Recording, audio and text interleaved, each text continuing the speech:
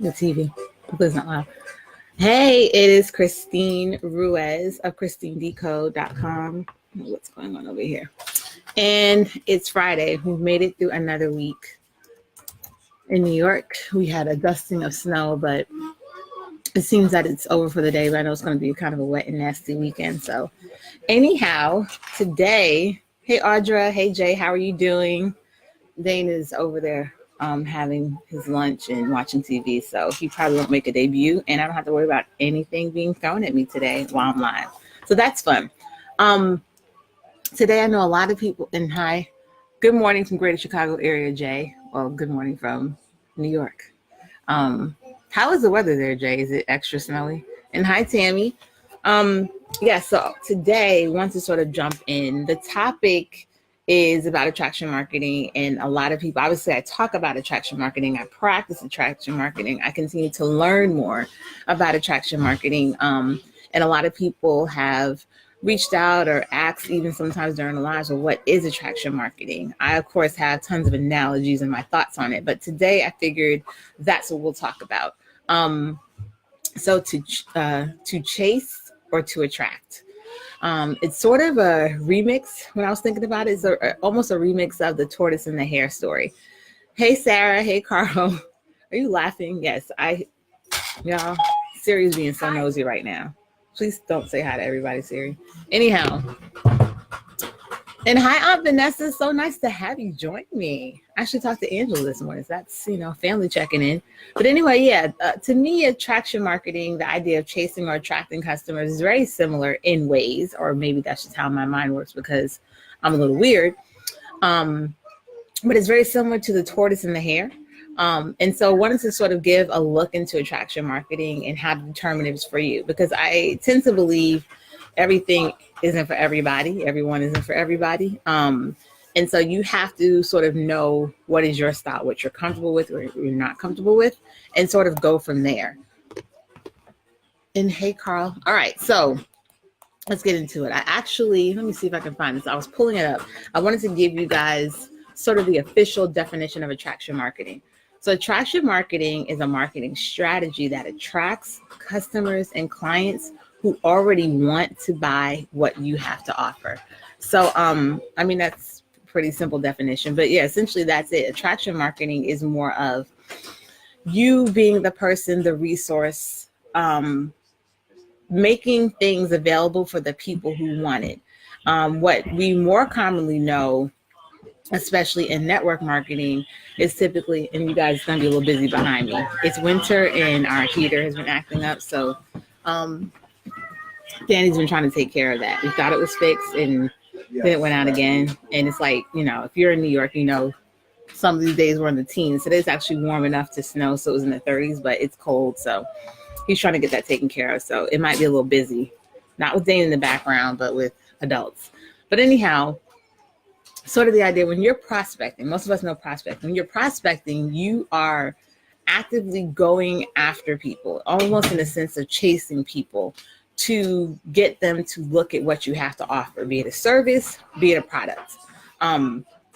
So to me, the prospecting is more of the hare. I want to get there as quick as possible. I'm going to go and slide in everybody's DMs. I'm going to go post on people's pages. I'm going to make posts about my products or my service and then tag 99 people in it, hoping that someone will see the tag that they didn't ask to be tagged in, and then be like, hey, I'm interested in that product. Thanks for tagging me and 98 other people. I didn't know I needed it, but now that I've seen this awesome post, I'm automatically enthralled and interested. That typically isn't the response that most of us get when doing that. And of course, there's other ways to prospect. You can go about it in much nicer ways, but a lot of times it is sending the DMs. And I think there's probably, unless you just knew about attraction marketing before you got into the business, pretty much all of us have at some point in this process actively prospected. We've gone after people. We've sent those messages. Would you be interested in? We've written our list of 100 people, friends and family we know, and then we've been given a memory jogger, and we go write all the people we ever talked to, the postman, our first teacher, the person, the cashier at the grocery store. So we are told to go after all these people and actively engage and ask them if they're interested. And it's not to say anything's wrong with it, but I think it's more so figuring out what you're comfortable with and what works for you. And like I said, good morning, Christine. With prospecting, it's not that it's bad. I think it's just really, are you comfortable with the approach? And you should always obviously step outside of the box or outside of your comfort zone, but it just really depends on what you're trying to do. My mentor makes me cringe to think about it. Jade makes me cringe too, just because as talkative as I am, as social as I am, I just never liked feeling like I'm begging people. As opposed to, like I said, attraction marketing. I am a definite advocate of attraction marketing after having prospected. And for some people, prospecting may be quicker. It may be more of the Hare, because if you ask 100 people, everybody's not going to tell you no. You're bound to find some yeses, but you also have to take the time to ask 100 people, right? To get maybe, if you're at a 10% conversion, 10 yeses, which is worth it. Attraction marketing can sometimes feel like the slower, like the tortoise, like the slower way to go about things. And that's more so because with attraction marketing, you are truly making yourself, we talked about this the other day, you are being the lighthouse. So it's you taking the time to really build an audience, to build a following, to build people and allow them to know, like, and trust you.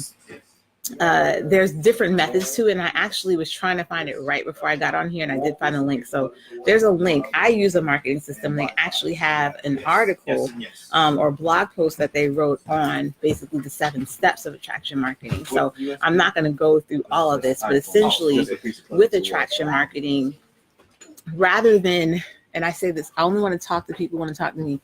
Exactly, Sarah. That's how I feel. With attraction marketing, number one, you're not going out there plastering your product or the company's name or the company's logo all over your profile and all over your friends' pages and in everyone's messages. With attraction marketing, you actually are doing something different because you're branding yourself, which for some people at times might seem awkward. It might seem, well, what's special about me? Sarah's raising her hand. Why would people be interested in me? But when you really think about it, if you are, especially in network marketing, if you are in a company that they can get that same product, that face cream, that jewelry, whatever it is, from so many other people, to a certain extent, you have to brand yourself. Because if not, if they see that there's 25 people selling the same thing, what is going to make them buy it from you? Other than some family allegiance, it has to be that they feel in some way attracted to you. In some way, like you are relatable. And so that's why the concept of branding yourself, while it might sound very weird, it's really just you going out and being yourself. Now, if you are someone who's comfortable in front of the camera, doesn't mind bloopers, doesn't mind your 2-year-old throwing things at you, you might be good with Facebook Live because it allows people to get know your personality. Some people are like, I don't even want to be near a camera, but they can write beautifully. That's when I say do some blogs, and you can blog on your own blog. You can look out in the marketplace and find out where you can guest blog, or maybe you're a really good speaker, but you don't feel comfortable in front of the camera. Podcasting, or even voice notes. Facebook, they used to have it for iPhones, it's only for Androids, but just how I'm going live and you can see me, if you have an Android on Facebook, you can actually go live and just do a voice recording. So we don't see you, we don't know what's going on in the craziness. If you don't feel like you're looking your best, we can still get the content and the message, because you can click, instead of you do it on your phone, instead of going live video, you choose audio. So it's really taking the time. And I guess that first step is figuring out what is your story? Who are you? What's your why? Like, knowing the product, great, but what about you is going to separate you from everyone else? So starting to brand yourself, and that can be, like I said, blogging. It can be YouTube, Facebook, Instagram. If you're really great with getting pictures and you want to put a nice quote to, or you want to make up your own quote or your own statement, doing that, but really setting an environment, creating in a way that people get to know you, and then people then gravitating to you, then more likely be interested into what you're having to offer. Also, the thing is building an audience, and you build an audience. You can't just turn on your screen and write a post and expect everyone to run to it and like it and love it and ask you, well, what do? You have to get to a point of offering something of value. If you're in health and wellness, Maybe instead of just plastering the products and how great this is, maybe you write about meal plans. If you got some real good recipes, share some recipes. I made a recipe up for golden milk because you guys know I was sick and I was trying not to let it really take me over. And I drink golden milk. I've seen a bunch of recipes, but I made the recipe to my taste. And so a lot of people were like, oh, what's golden milk and how do you make it? That was a great piece of content. I posted it and it got shared in a lot of places. And I actually had some people reach out to me. But if you're in health and wellness, what recipes can you share? What dietary tips, not dietary, but what can you offer people that can help them? If you are in, doing jewelry or things like that, what are some things you can do? Can you show how to put a piece together, how to, match your accessories with the fashions, like what if you're wearing a scarf, should you do a necklace or no necklace? If your hair's down, studs or dangly earrings, but giving some sort of fashion tip. But really just finding ways that in whatever it is that your business that you're in, what can you offer to people? What can you share to people? What value can you give to others so that you begin to become a lighthouse? You begin to become a resource. You begin to become that person that is familiar and recognizable and people have a certain level of trust or comfort with, so that when they are ready, when they are interested, they already know and have in mind who they're going to go to, and it's you. That is honestly the best thing I can think of. Like I said, yesterday I did a big talk on the lighthouse. And for those of you that missed it, essentially, a lighthouse doesn't go around hopping around the ocean like, hey, ships, you need to know where the land is, come and follow me. The lighthouse isn't running around trying to get people's attention. The lighthouse isn't chasing after people. A lighthouse stands where it's planted and it has that light.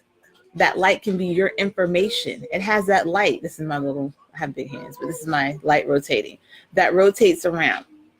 And guess what? The ships tend to look for the lighthouse so they can know safe harbor.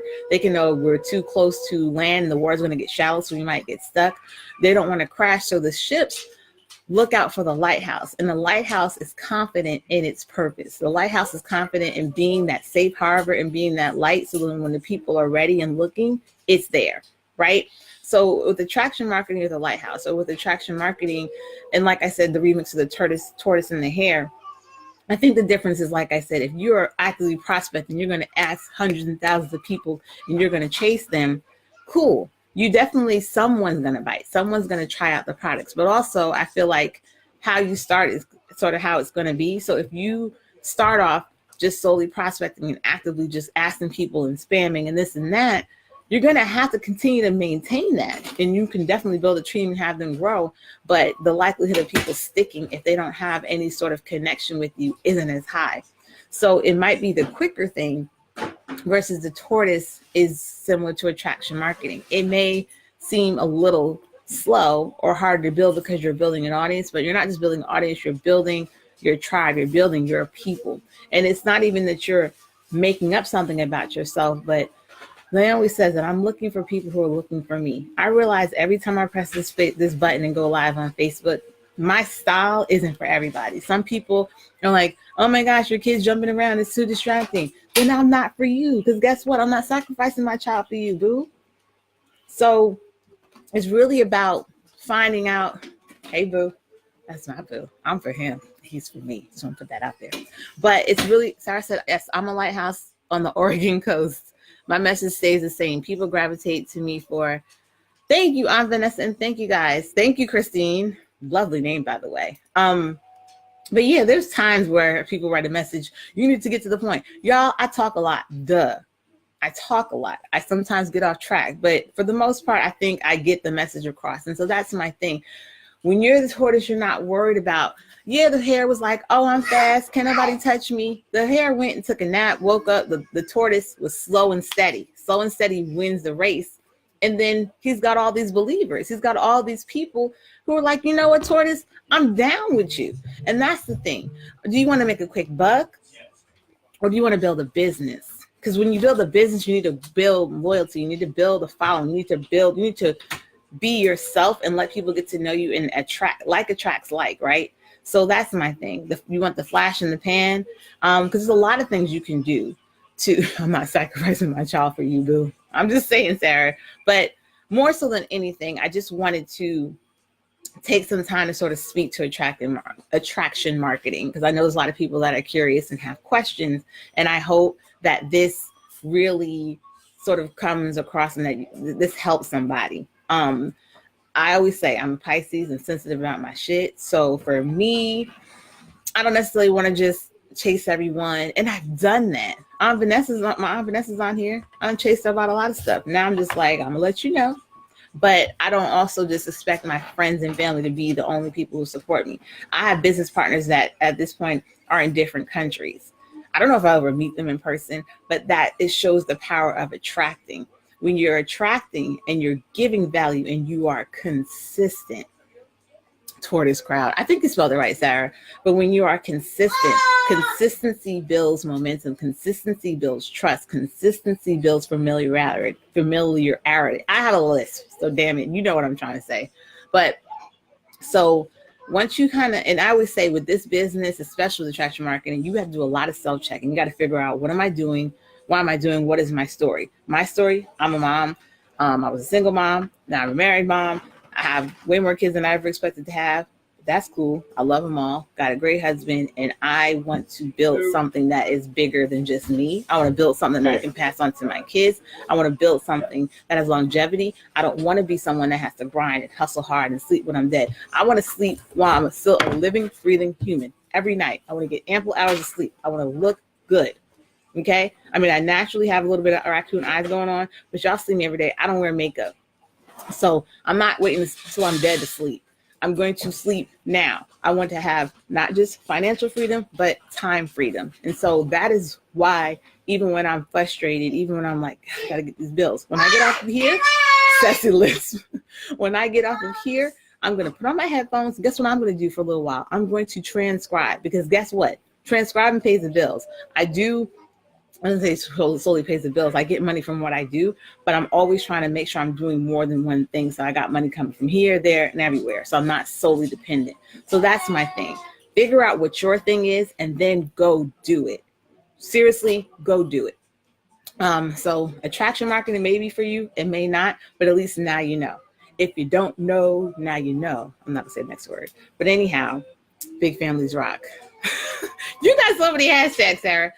So obviously I'm under 20 minutes, so I'm not that long, but I was trying to keep everything under 15, but I guess I am too much of a chatty Cathy to do so, at least for today. But I really hope this was helpful. Feel free to share it out, to like it. It does not harm you or hurt you to show someone else love. So seriously, if someone you know can use this, or someone has spammed you, go ahead and forward this video to them. Send it and tell them to watch it.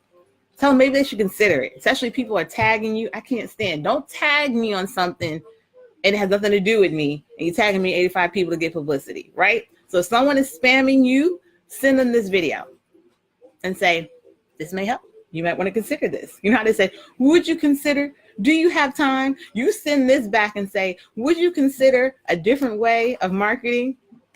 I don't know. That might be catty. Is that petty? I don't know. But anyhow, it's Friday. I hope everyone has a great weekend. Stay cool, stay warm. And just make sure no matter what you do, don't be only a consumer of information. Take action. Do something for you and diversify. Hey, Rhonda. I hate when that happens. All right, I'm getting off. I'm talking too much. But bye.